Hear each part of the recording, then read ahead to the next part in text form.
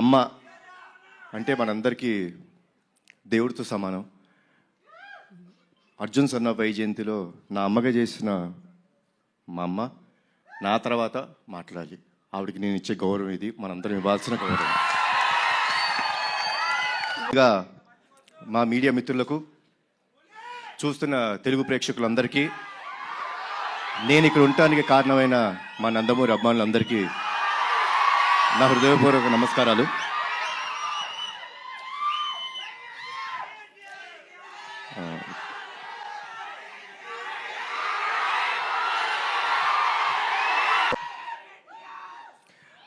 Teaser ఎలా ఉంది?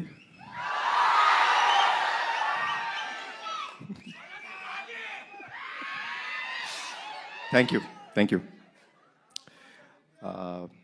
కర్తవ్యం సినిమా మనందరికీ గుర్తుందండి.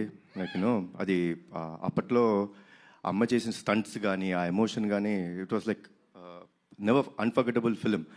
సో ప్రదీప్ కథ చెప్పినప్పుడు అమ్మ క్యారెక్టర్ వైజయంతి అని చెప్తుంటే, ఒక కర్తవ్యంలో వైజయంతి క్యారెక్టర్కి కొడుకు పుడితే ఎలా ఉంటుంది, ఏం జరుగుతాయి ఈవెంట్స్ అనేదే ఈ సినిమా.